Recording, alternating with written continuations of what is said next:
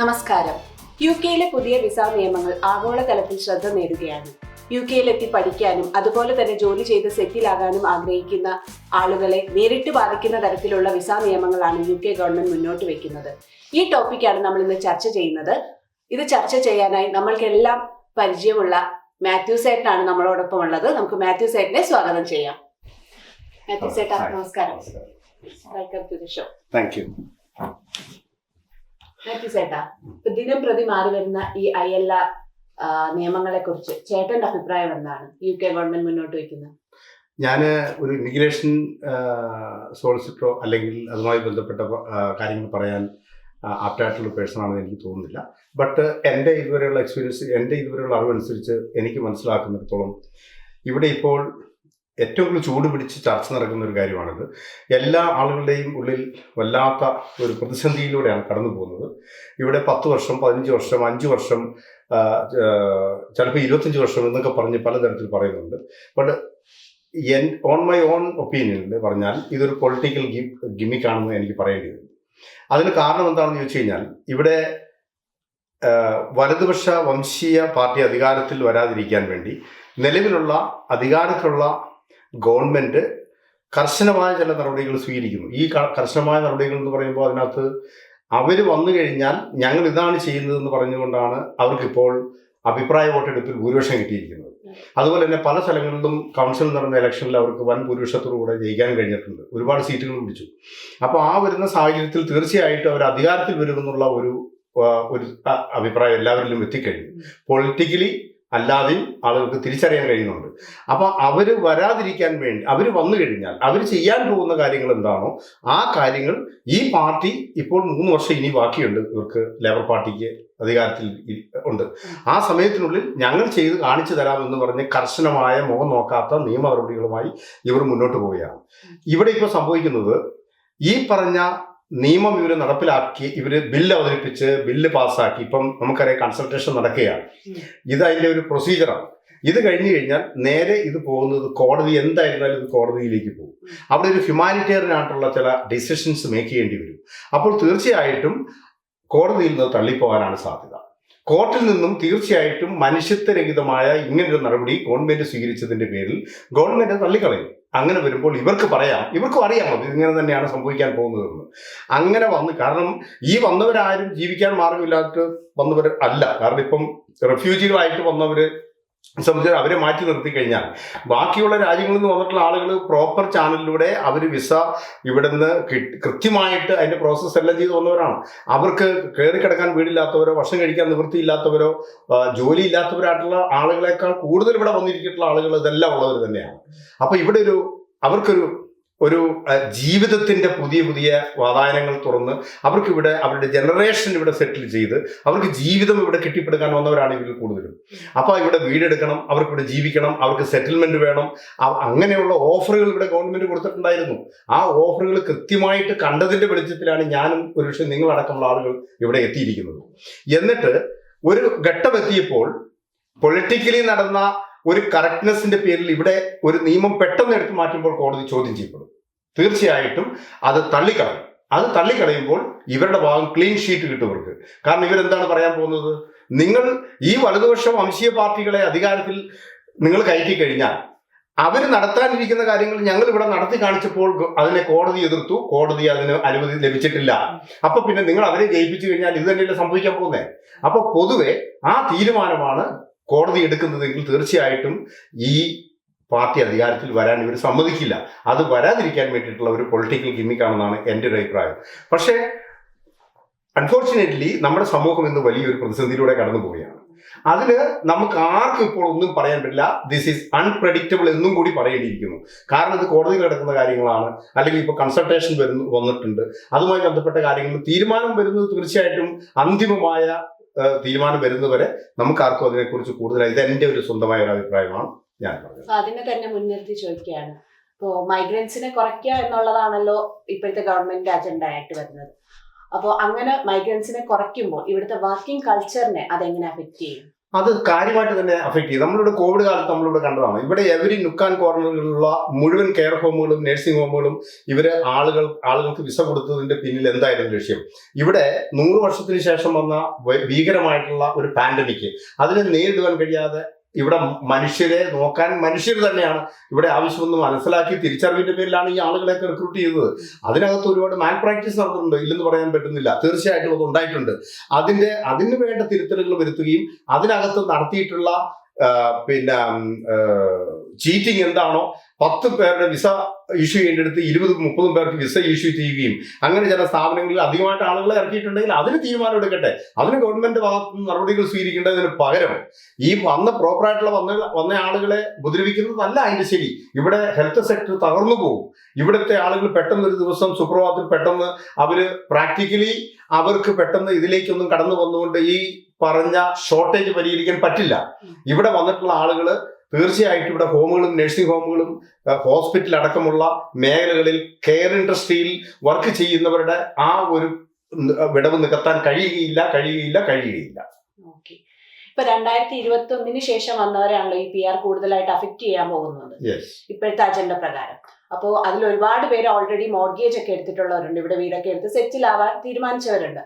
അപ്പൊ അവരോട് എന്താണ്, അവരിപ്പോ കടുത്ത ഒരു ആശങ്കയിലൂടെയാണ് കടന്നു പോകുന്നത്. എനിക്ക് മനസ്സിലായി. ഇതിനകത്ത് മോർഗേജിനെ സംബന്ധിച്ച് ഇവിടെ എടുത്തിട്ടുള്ള ആളുകളെല്ലാം എല്ലാവരും തന്നെ 90% ആളുകൾ, ഒത്തിരി എത്രയോ ആളുകൾ വിളിക്കുന്നുണ്ട്, ചേട്ടാ ഞങ്ങൾ മോർഗേജ് എടുത്ത് എന്താവും ഇത് ഇട്ടേച്ച് പോണ്ടി വരുമോ, ഇവിടുന്ന് തിരിച്ചു കയറിപ്പോണ്ടി വന്നു കഴിഞ്ഞാൽ ഈ കൊടുത്ത പൈസ എല്ലാം പോയാല് നമ്മൾ ഈ വീടെടുത്തത് വെറുതെ ആയില്ല എന്നൊക്കെ പറയുന്ന ഒരുപാട് പരാതികൾ പലരുടെ ഭാഗത്തുനിന്നും കേൾക്കുന്നുണ്ട്. പക്ഷെ എനിക്ക് ഇവരോട് എല്ലാവരോടും പറയാനുള്ള ഒരു കാര്യം ഇതാണ്. ഈ ഇപ്പം ഒരു പോയിന്റ് സിസ്റ്റമാണ് വരാൻ പോകുന്നത് എന്ന് കരുതുക. അങ്ങനെയാണെങ്കിൽ ഓരോരുത്തരുടെയും ക്വാളിഫിക്കേഷന്റെ അനുസരിച്ച്, ക്വാളിഫിക്കേഷൻ എന്ന് പറഞ്ഞാൽ ഇവിടെ ക്വാളിഫൈ ചെയ്ത അവരുടെ ക്വാളിറ്റി ഓഫ് ലൈഫ് എങ്ങനെ അവർ ക്രമീകരിച്ചു എന്നതിന്റെ ബേസിൽ അവർ പോയിന്റ് സിസ്റ്റമാണ് കൊണ്ടുവരുന്നത് എന്നാണ് കേൾക്കുന്നത്. ഗവൺമെന്റ് ഭാഗത്ത് അങ്ങനത്തെ നടപടികളാണ് വരുന്നത്. ഇപ്പം ചാരിറ്റിയിൽ എത്ര അവേഴ്സ് ജോലി ചെയ്തു, ഒരു വോളണ്ടറി ആയിട്ട് എത്ര അവേഴ്സ് ജോലി ചെയ്തു, അതുപോലെ തന്നെ നമ്മൾ ഏതെങ്കിലും ക്രൈം ലിസ്റ്റിൽ പെട്ടിട്ടുണ്ടോ, നമ്മൾ ഏതെങ്കിലും തരത്തിലുള്ള നിയമപരമല്ലാത്ത കാര്യങ്ങളിൽ ഇൻവോൾവ് ആണോ, ആൽക്കഹോൾ കഴിച്ച് നമ്മൾ വണ്ടി ഓടിച്ച് പിടിക്കപ്പെട്ടിട്ടുണ്ടോ, ഇതെല്ലാം ക്രൈമിലേക്ക് വരുന്നതാണ്. അതുപോലെ തന്നെ ഡൊമസ്റ്റിക് വയലൻസിൽ ഉൾപ്പെട്ടിട്ടുണ്ടോ, ഇങ്ങനെയൊക്കെയുള്ള ഒട്ടനവധി കാര്യങ്ങളിലേക്ക് കടക്കും. അതുപോലെ പോയിന്റ് സിസ്റ്റത്തിലേക്ക് വരുമ്പോൾ ചില കാര്യങ്ങൾ, ഇപ്പൊ ഒരു വീടുള്ള ആള് അവരിവിടെ ഇൻവെസ്റ്റ് ചെയ്തിരിക്കുകയാണ്. On the other hand this is an investment. അത് എന്തുകൊണ്ട് നമുക്കത് പോയിന്റ് സിസ്റ്റത്തിലേക്ക് വരുമ്പോൾ അത് ആഡോൺ ആവില്ല എന്ന് ആര് പറഞ്ഞു? എന്റെ ഒരു മനസ്സ് പറയുന്നത് തീർച്ചയായിട്ടും ഒരു വീടുള്ള വ്യക്തിക്ക് അത് തീർച്ചയായിട്ടും അതൊരു പ്ലസ് പോയിന്റ് ആയിട്ട് തന്നെ വരും. അങ്ങനെ തന്നെ അത് സംഭവിക്കുകയുള്ളൂ. കാരണം ഇവിടെ വീടുള്ള ആള് അവര് കൗൺസിൽ ടാക്സ് അടയ്ക്കുന്നു, ബിൽസ് പേയ്മെന്റുകൾ എല്ലാം ചെയ്യുന്നു. കൗൺസിൽ ടാക്സ് അടയ്ക്കുന്ന അടക്കം, ഗ്യാസ് ബിൽ അടയ്ക്കുന്ന അടക്കം, ഗ്യാസ് അവര് എത്ര ഇൻഡസ്ട്രി അവർ ലുക്കപ്പ് ചെയ്യുന്നതിന്റെ ഒരു ഭാഗമായി തീരുന്നുണ്ട് ഇല്ലേ? അപ്പൊ ഇവർ ഇലക്ട്രിസിറ്റി ബില്ലടയ്ക്കുന്നു. ഇവർ ചെയ്യുന്ന ഓരോ ബിൽസുകളും ഇവിടെ ഓരോ ഇൻഡസ്ട്രിയെ വളർത്തുന്നില്ലേ അവര്? അത് വീടെടുക്കുന്നതിലൂടെ ബാങ്കിങ് സംവിധാനത്തെ വളർത്തുന്നില്ലേ? അതുപോലെ തന്നെ ബിൽഡേഴ്സ് എന്ന് പറയുന്നത്, ബാങ്ക് എന്ന് പറയുന്നത്, ഇവർ ഈ ലോൺ കൊടുക്കുക, വാങ്ങിക്കുക, ബിൽഡിംഗ് പണിയുക, ഇതെല്ലാം ഗവൺമെന്റിന്റെ ഇൻകം വർദ്ധിക്കുന്ന ഭാഗമാണ്. അപ്പൊ അതിനകത്ത് ഇൻവോൾവ് ആയിട്ടുള്ള അവരെ സംബന്ധിച്ചിടത്തോളം തീർച്ചയായിട്ടും അവർ ഒരു ബിസിനസ് ഇൻവെസ്റ്റ്മെന്റ് ആയിട്ട് മാറ്റിയിരിക്കുകയാണ് വീടെടുത്തവർ. ഇല്ലെന്ന് ഞാൻ പറയില്ല. ഇതൊക്കെ ഓരോരോ സാധ്യതകളാണ് ഞാൻ ഈ പറയുന്നത്. വീടെടുക്കുക, അല്ലെങ്കിൽ അതുപോലെ തന്നെ അവരിവിടെ ഒരു ബിസിനസ്സിലേക്ക് ഇൻവെസ്റ്റ് ചെയ്യുക, ഇതൊരു കൈൻഡ് ഓഫ് ബിസിനസ് ആണ് നിങ്ങൾ ഇവിടെ ചെയ്തിരിക്കുന്നത്, അതിൽ ഇൻവോൾവ് ആയിരിക്കുകയാണ്. അപ്പൊ തീർച്ചയായിട്ടും ആ പോയിന്റ് സിസ്റ്റമാണ് വരുന്നതെങ്കിൽ why don't you think about that നിങ്ങൾക്ക് ഇതൊരു പ്ലസ് പോയിന്റിലേക്ക് വരില്ല എന്ന് നിങ്ങൾക്ക് പറയാൻ പറ്റുമോ? ഞാൻ പറയുന്നു, അങ്ങനെ വന്നാൽ തീർച്ചയായിട്ടും ഇതൊക്കെ അതിന്റെ കൂട്ടത്തിൽ ആഡ് ഓൺ ചെയ്യാവുന്ന ചില പോസിറ്റീവായിട്ടുള്ള കാര്യങ്ങളാണെന്ന് തന്നെയാണ് എനിക്ക് പറയാനുള്ളത്. അതുകൊണ്ട് വീടെടുക്കാനിരിക്കുന്നവരോ വീടെടുത്തവരോ ആ കാര്യത്തിൽ നിങ്ങൾ ഒട്ടും പുറകോട്ട് മാറുമൊന്നും വേണ്ട. നിങ്ങൾ പോകുന്നത് പോലെ തന്നെ നിങ്ങളുടെ കാര്യങ്ങൾ മുന്നോട്ട് പോകട്ടെ എന്ന് തന്നെയാണ് എൻ്റെ ഒരു അഭിപ്രായം. ചേട്ടാ, അതുപോലെ ഇപ്പൊ മോർഗേജിന്റെ കാര്യം പോലെ തന്നെയാണ് ഇൻഷുറൻസിന്റെ കാര്യം. ഇപ്പൊ മോർഗേജ് എടുക്കാത്ത പല ആൾക്കാരും ഇവിടെ വന്നിട്ട് ജീവിതം സേഫ് ആക്കാനായിട്ട് ഇൻഷുറൻസ് എടുത്തിട്ടുണ്ട്. ഇപ്പൊ ഞാനടക്കം ഒരു ആശങ്കയിലാണ്, നമ്മൾ ഈ എടുത്ത ഇൻഷുറൻസ് വെറുതെ ആകുമോ, ഇവിടെ നിന്ന് തിരിച്ചു പോകേണ്ടി വന്നാൽ പലർക്കും ആ ഒരു ആശങ്കയുണ്ട്. അപ്പൊ അതിനോട് ചേട്ടൻ എന്താണ് പറയാനുള്ളത്, ഇൻഷുറൻസ് എടുത്ത ആളുകളോട്? അതിനെ സംബന്ധിച്ച് എനിക്ക് പറയാനുള്ളത്, നാളെ രാവിലെ ഞാൻ ബെഡിൽ നിന്ന് എഴുന്നേറ്റ് ജോലിക്ക് പോകാൻ പറ്റും, അല്ലെ എന്റെ ജീവിതം നിലനിൽക്കുമെന്ന് ആർക്കെങ്കിലും ഉറപ്പുണ്ടെങ്കിൽ അവരോട് ഞാൻ പറയും ഇൻഷുറൻസ് എടുത്തേക്കണ്ട, എടുത്തതും ക്യാൻസൽ ചെയ്തേക്കാൻ പറയും. അങ്ങനെ ഒരു ധൈര്യം പറയാൻ ആർക്കെങ്കിലും ധൈര്യമുണ്ടോ? എനിക്ക് ധൈര്യമില്ല. നാളെ രാവിലെ ഞാൻ ബെഡിൽ നിന്ന് എഴുന്നേറ്റ് എനിക്ക് എൻ്റെ ദിനചര്യകൾ ചെയ്ത് എനിക്ക് ജോലിക്ക് പോകാൻ പറ്റുമെന്ന് നെഞ്ചത്ത് കൈവച്ച് പറയാൻ ആർക്കെങ്കിലും നിങ്ങളുടെ കൂട്ടത്തിൽ ധൈര്യം ഉണ്ടെങ്കിൽ നിങ്ങൾ ആരും ഇൻഷുറൻസ് എടുക്കരുത്. എന്താ കാരണം അറിയോ? കാരണം ഇത് നോ ക്യാഷ് വാല്യൂ ആണ്.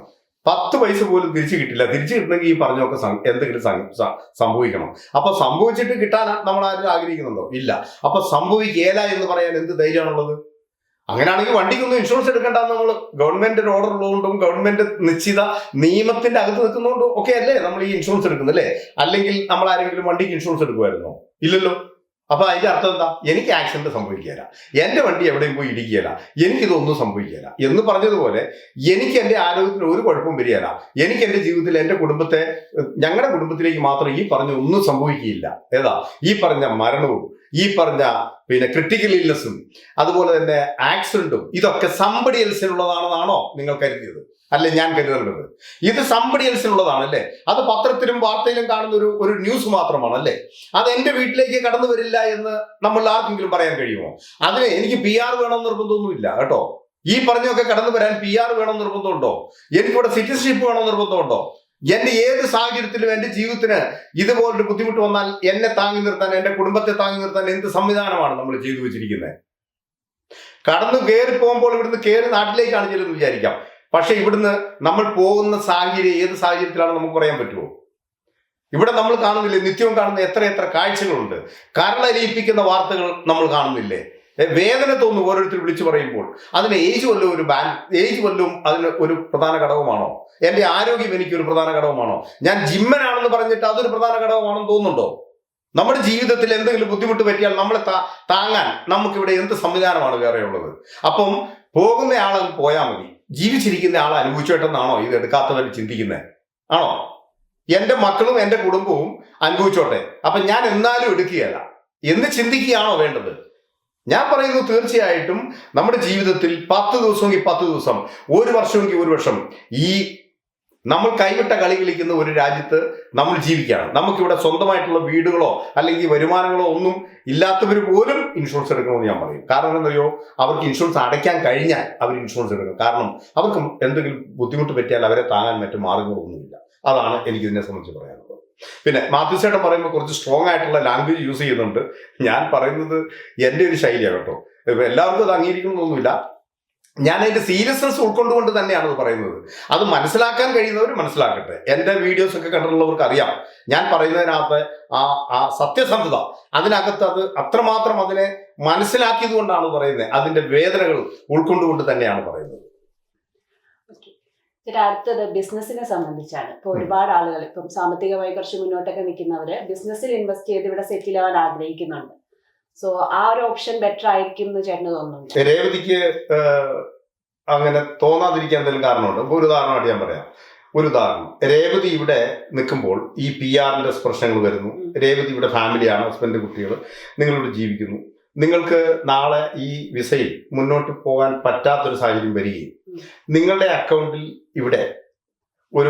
ഇവിടെയോ നാട്ടിലോ ഒരു 3, 4, 5 കോടി രൂപ നിങ്ങളുടെ അക്കൗണ്ടിൽ കിടപ്പുണ്ടെന്ന് വിചാരിക്കുക. ഇപ്പൊ എല്ലാവർക്കും അങ്ങനെ ഉണ്ടാവണമെന്നില്ല, ഞാൻ എക്സാമ്പിൾ പറയാണ്. ആ ഫണ്ട് അവിടെ കിടന്നോട്ടെ, ഇവിടുന്ന് എന്നെ കയറ്റി വിട്ടാലും കുഴപ്പമില്ല എന്ന് രേവതി ചിന്തിക്കുമോ? ഇല്ല. കാരണം എന്താണെന്ന് അറിയോ? രേവതിക്ക് ഈ നാട് ഇഷ്ടപ്പെട്ടത് കൊണ്ടാണ് ഇങ്ങോട്ട് വന്നത്. ഇവിടെ വന്നു കഴിഞ്ഞപ്പോൾ ഇവിടുന്ന് തിരിച്ചു കയറി പോകുക എന്ന് പറയുമ്പോൾ ആ പോകാതിരിക്കുന്നതിന് വേണ്ടി എന്ത് മാർഗമാണുള്ളത്? അത് ഞാനൊരു ബിസിനസ്സിലേക്ക് ഇൻവെസ്റ്റ് ചെയ്ത് ഒരു ബിസിനസ്സുകാരനായി ഞാനും എൻ്റെ ഫാമിലിയും മാറിയാൽ എനിക്കിവിടെ അടിസ്ഥാനപരമായിട്ട് നിലനിൽക്കാൻ പറ്റും. ഇവിടെ എനിക്ക് ഹയർ ടാക്സിലേക്ക് ഞാൻ മാറും. ഹയർ ടാക്സിലേക്ക് ഞാൻ മാറിക്കഴിഞ്ഞു കഴിഞ്ഞാൽ എൻ്റെ ഈ PR-ന്റെ സിസ്റ്റം തന്നെ മാറും. ഞാൻ ക്രിട്ടിക്കൽ വിസയിലേക്ക് മാറും. അങ്ങനെ വന്നു കഴിഞ്ഞ് കഴിഞ്ഞാൽ ഈ 5 വർഷം എന്നുള്ളത് ചിലപ്പം അതിന് മുമ്പേ PR കിട്ടാനുള്ള സംവിധാനങ്ങൾ വന്നാൽ അത് എനിക്കായിരിക്കും ആദ്യം ഞാനായിരിക്കും അതിന്റെ ബെനിഫിഷ്യറി. അതുപോലെ തന്നെ ഇവിടെ 3 വർഷം കൊണ്ട് PR കിട്ടുന്ന വിസയുണ്ട്, അതുപോലെ തന്നെ 5 വർഷം കൊണ്ട്. അപ്പൊ അത് കൂടുതൽ ടാക്സ് പേ ചെയ്യുന്നവർക്ക് അതിനനുസരിച്ച് നേരത്തെ തന്നെ അവർക്ക് PR-ഉം ഒക്കെ കിട്ടാനുള്ള സംവിധാനങ്ങൾ ഉണ്ടല്ലോ ഈ രാജ്യത്ത്. അങ്ങനെയെങ്കിൽ എൻ്റെ കുട്ടികൾ ഇവിടെ പഠിക്കാൻ വന്നവരാണ്, ഞാനിവിടെ ജീവിക്കുന്നു, എൻ്റെ ഭാര്യയും, ഞങ്ങൾ ജോലി ചെയ്യുന്ന പൈസ, ഒരു വർഷം ഒരു 2-3 മക്കളുള്ള പേരൻ്റാണ് ഞാനെങ്കിൽ ഞാൻ ആ കുട്ടികൾ യൂണിവേഴ്സിറ്റിയിൽ പോകാറാകുമ്പോൾ ഒരു കുട്ടിക്ക് മിനിമം ഒരു 9,200 പൗണ്ട് പ്ലസ് അതിന്റെ കൂട്ടത്തിൽ ഒരു മെയിൻ്റനൻസ് ഫീ എന്ന് പറയുന്ന ഒരു 5,200 പൗണ്ട്, ഏകദേശം ഒരു 15,000 പൗണ്ടോളം ഒരു വർഷം ചെലവ് ചെയ്യണം. ഒരു കുട്ടി പഠിച്ച് പുറത്തിറങ്ങുമ്പോൾ എത്ര ലക്ഷക്കണക്കിന് പൗണ്ട് ഈ പേരൻസ് കടബാധ്യതക്കാരനാവും. ഇവിടെ കിട്ടുന്ന പൈസ അവർക്ക് ചെലവിന് പോലും തികയാത്തൊരു സാഹചര്യത്തിലൂടെ അവരെങ്ങനെ ഇത് മെയിൻറ്റെയിൻ ചെയ്യും? അപ്പൊ ആ കുട്ടികളുടെ ഭാവിയെ പോലും അത് ബാധിക്കില്ലേ? അതേസമയം ഞാൻ ഒരു PR കിട്ടിക്കഴിഞ്ഞു കഴിഞ്ഞാൽ എനിക്ക് ഈ കുട്ടികൾക്ക് അവരുടെ വിദ്യാഭ്യാസത്തെ സംബന്ധിച്ച് ഞാൻ പറയേണ്ട ഒരു കാര്യമില്ലല്ലോ. അപ്പൊ തീർച്ചയായിട്ടും എൻ്റെ മക്കൾക്ക് ഇത് പഠിക്കാനും എൻ്റെ മക്കൾ ഇവിടെ നിന്നുകൊണ്ട് മക്കളുടെ വിദ്യാഭ്യാസത്തിന് വേണ്ട ലോണുകൾ ഇവിടുന്ന് കിട്ടുന്നതിനും ആ PR എനിക്ക് എത്രയും പെട്ടെന്ന് കിട്ടുന്നതിന് വേണ്ടി എൻ്റെ അക്കൗണ്ടിൽ ഞാൻ കിടക്കുന്ന ആ പണം എൻ്റെ ഒരു ബിസിനസ്സിലേക്ക് ഇവിടെ ഞാൻ മാറ്റുകയോ ആ ബിസിനസ്സിൽ നിന്ന് എനിക്ക് കിട്ടുന്ന എമൗണ്ട് ഒരു ഹയർ ടാക്സ് പേ ആയി ഞാൻ മാറിക്കഴിഞ്ഞാൽ എനിക്ക് അതിലൂടെ എത്രയും പെട്ടെന്ന് ഈ രാജ്യത്ത് അടിസ്ഥാനപരമായ ഒരു നിലനിൽപ്പ് ഉറയ്ക്കും എന്നെനിക്ക് ബോധ്യമുണ്ടെങ്കിൽ അങ്ങനെ വിശ്വസനീയമായ ആളുകൾ ഇവിടെ ഉണ്ടെങ്കിൽ അവരുടെ ഉത്തരവാദിത്തത്തോടുകൂടി ഈ ബിസിനസ് എനിക്ക് ചെയ്യാം, അവരെന്നെ ചീറ്റ് ചെയ്യുകയില്ല എന്നുള്ള ഉറപ്പ് നമുക്കുണ്ടെങ്കിൽ തീർച്ചയായിട്ടും ഞാൻ പറയുന്നു അങ്ങനെയുള്ളവരുമായി നിങ്ങൾ ടൈപ്പ് ചെയ്യുകയും അങ്ങനെ ബിസിനസ്സിലേക്ക് നിങ്ങൾ മാറുകയും ചെയ്താൽ തീർച്ചയായിട്ടും ഇതിന് സൊല്യൂഷനുണ്ട്. അതിൽ യാതൊരു സംശയവുമില്ല. ഒരുപാട് സന്തോഷം ചേട്ടാ. ജനങ്ങൾ ഇങ്ങനെ ആശങ്കയിൽ നിൽക്കുന്ന ഈ ഒരു സാഹചര്യത്തിൽ ഇത്രയും കാര്യങ്ങൾ നമ്മളോട് സംസാരിക്കാനും ചേട്ടന്റെ അഭിപ്രായം നമ്മളോട് കൺവേ ചെയ്യാനും ഒക്കെ സമയം കണ്ടെത്തിയതിൽ ഒരുപാട് സന്തോഷമുണ്ട്. ഇനിയും ഇതുപോലുള്ള ഇൻഫോർമേറ്റീവ് ആയിട്ടുള്ള വീഡിയോസ് ചേട്ടനിൽ നിന്ന് ഇനിയും ആളുകൾ പ്രതീക്ഷിക്കുന്നുണ്ട്. അപ്പോൾ എന്തെങ്കിലും ഡൗട്ട്സോ കാര്യങ്ങളോ ഉണ്ടെങ്കിൽ ചേട്ടന്റെ കോൺടാക്ട് നമ്പർ? തീർച്ചയായിട്ടും കോൺടാക്ട് നമ്പർ. ഇനിയിപ്പം ആർക്കെങ്കിലും എന്തെങ്കിലും ഡൗട്ട് ഉണ്ടെങ്കിലും വിളിച്ചോട്ടെ. എനിക്കറിയാവുന്ന കാര്യങ്ങൾ പറഞ്ഞു കൊടുക്കുന്നതിൽ എനിക്ക് താങ്ക് യു സോ മച്ച്.